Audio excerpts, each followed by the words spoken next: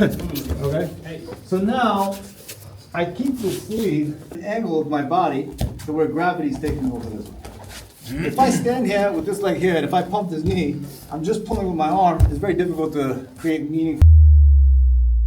Like we talked about, this is more advanced stuff.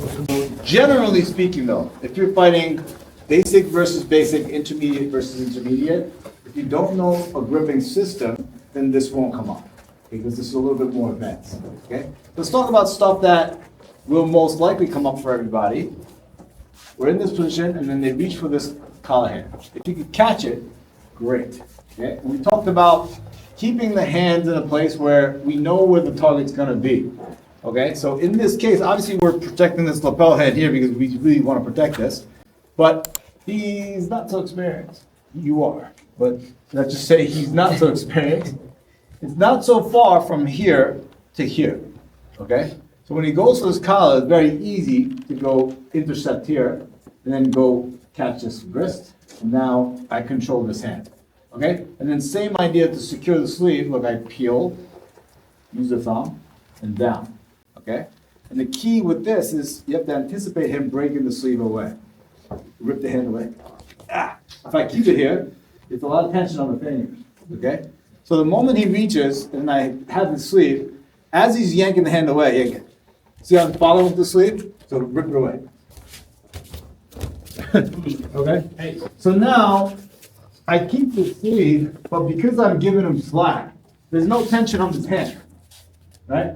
I'm just following. And then I use that to attack the feet or something else. Okay? Make sense? So this is a nice little trick. He comes here, look, I intercept. Okay? Defense goes from here to here, and I grab the wrist. Okay? There. Simple. Okay? Sleeve. Control. Take the hand off. He goes to rip away. I slide his way. He tries to grab the lapel. I bring it down. Arm bend. Okay, sink my hips down. I want to push this down so I have a surface that's vertical to pull on. Okay? A lot of guys arm drag here and then release. And now from here, it may slide. Even if I get this separation, if I'm chasing the back, he circles away. And then this kind of a thing happens, and then you lose arm. Right? So from here, I'm catching, taking the hand off. He rips away. Boom. Right? He's bringing the lapel hand down. I'm pinning. I'm keeping downward tension. I'm sitting my hips back. Right, and now there's a nice surface area for me to pull. And then rotate them. And then you can suplex my head. Okay? So these are some ideas. He gets to the lapel already, right? I'm adjusting the gi down this way. So the hand goes down. Because if his hands are really tight, it might not go anywhere. Okay? If his hands are weak, it's gonna go down. But if he's aware, if his hand's very strong, and my tricep pushing ability is not so good, it's kind of a crowded position, I adjust the gi. So the whole hand goes down, and now this range is much stronger for my bench. Right? Not only am I benching, I'm also separating my chest away from this hand. So now we're in the same position, arm drag, over the back, dominant position here. Okay? So what we just did was, person reaching lapel hand, catching. If he grabs, we're gonna take the hand off. Maybe not two hands off, right? Because he's attacking this side too, so I'm defending.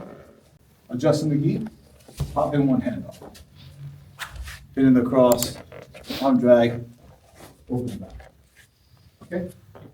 You'll see this more, intermediate, intermediate.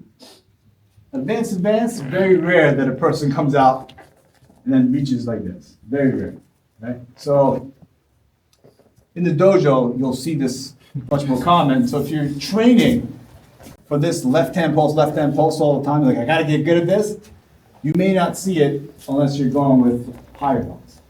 So it might not be the best use of your time.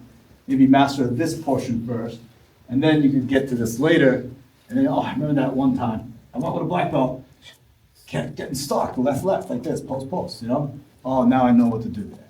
Make sense? All right, let's go.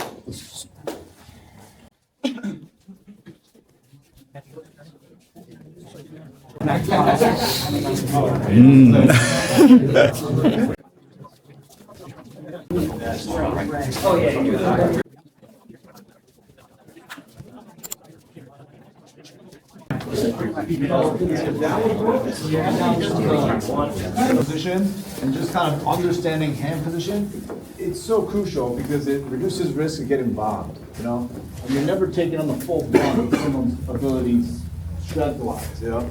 If I like walk up bow and then like lock up with him 50-50, man, like he's a big dude here, right? So it's like, you know, if I guess wrong like that, he can do anything he wants here. He can go for a big soda makikomi here, right? And then wrap it up and then throw his entire body weight down and have to take that. It's not a good thing to be able to do, right? So you want to be doing judo from a safe position where you're kind of angled off, right? Same example here. If I can get the sleeve on first, now it's like he can't do that same move. And now if I'm circling, I can be attacking his feet, moving this way, right? There's no chance for me getting taken down here. He can't wrap me up and then use his body weight and land on me, right? Example being so big, right? So that's kind of the idea. All right, so now two most common gripping annoyances when you're dealing with guys who don't want to engage. Okay, this is really helpful for the jiu-jitsu community. First one, we're locked up 50-50, and they keep breaking this lapel hand off. Okay, you get this guy all the time breaking the lapel, grab the lapel, breaking the lapel like this. Okay, so this is a good position to be in first, right? If you can anticipate it. He's going to relinquish control of the lapel. You take this hand off to go to this hand. I push it down, and I lift my hand up. Okay? He's going to try to go to the wrist, right there.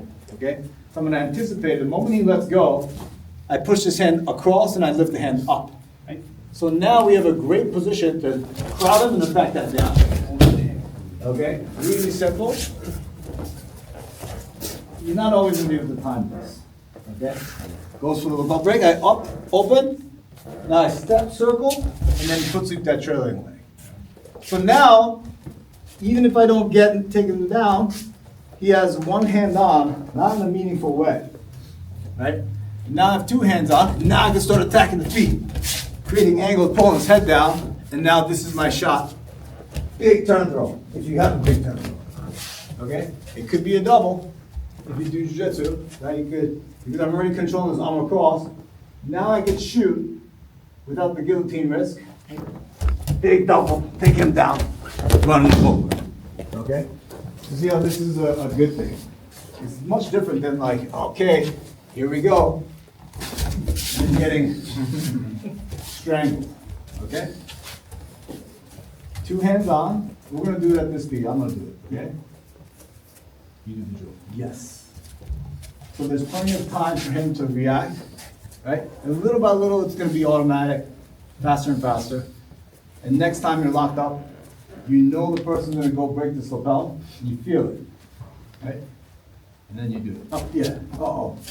And then you can time the 2 foot sweeps, maybe. Make sense? All right, so let's do that one, and I'll do one more after we do this, and then we'll go into some fun stuff. Okay? Go ahead. All right, so watch now. See how we're here? Losing position, okay? Hold them back just a little bit, right? Hold them back just a little bit. So you see now, right? Hold them back.